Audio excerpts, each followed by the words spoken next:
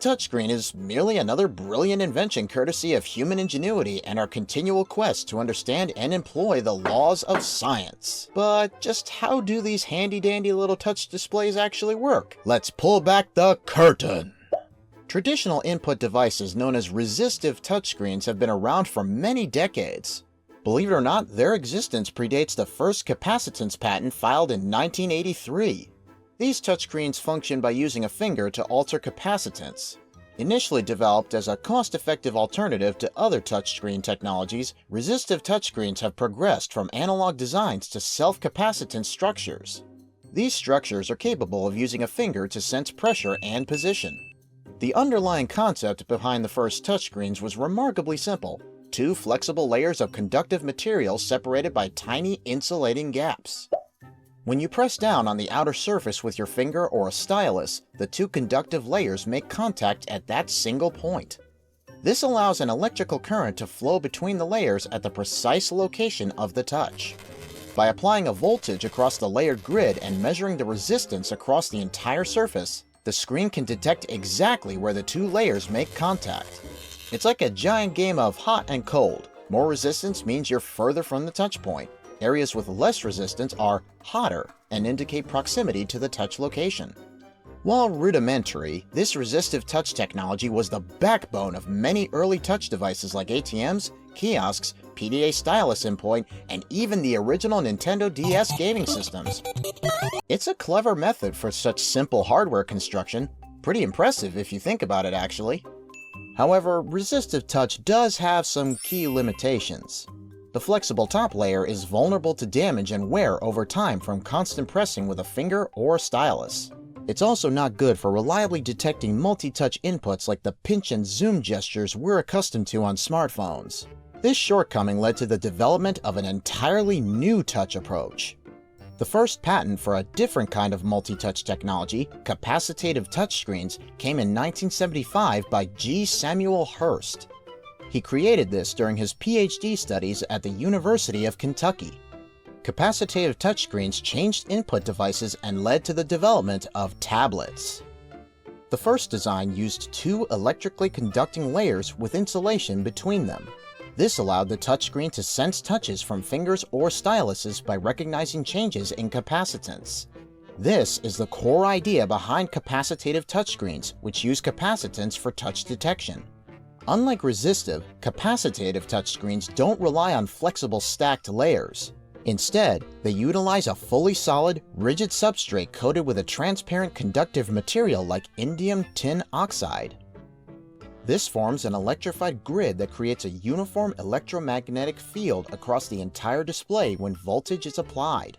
The key to capacitive touch is that the human body is a conductive, electrolytic material made up of all sorts of dissolved ions and minerals. When you touch the screen with your bare finger, you create a tiny capacitor at that point that distorts the screen's electromagnetic field. This capacitive coupling between your finger and the screen can be precisely measured and located across the entire grid. In essence, the capacitive touch controller is constantly scanning the grid, looking for anomalies in the energized field that indicate a touch event and its coordinates. And unlike resistive, capacitive touch supports multi-touch input, enabling all those handy pinch, zoom, rotate, and scrolling gestures we take for granted on our phones and tablets. But it gets even more impressive from here. While capacitive touch works great for our conductive human bodies, it was never intended to respond to non-conductive materials like gloves or styli. This gave rise to even more advanced sensing methods. Resistive touchscreens are a budget-friendly option compared to other touchscreen technologies like capacitance or infrared. These screens work by using finger pressure to activate, whereas capacitive touchscreens rely on the body's electrical properties. Resistive touchscreens can also be very precise when properly calibrated. They even use a type of capacitance to sense touches. However, there are downsides to resistive touchscreens. They tend to use more power because of an active circuit layer. They also don't last as long as other touchscreens because of wear and tear. Over time, contact between the layers can lead to ghosting or inaccurate readings if not maintained properly. When picking a touchscreen technology, consider factors like durability, precision, power use, and how it fits your needs. With features like multi-touch and the growing popularity of capacitive screens on consumer devices, it's clear that capacitive touchscreens will continue to be important in our ever-evolving technological world.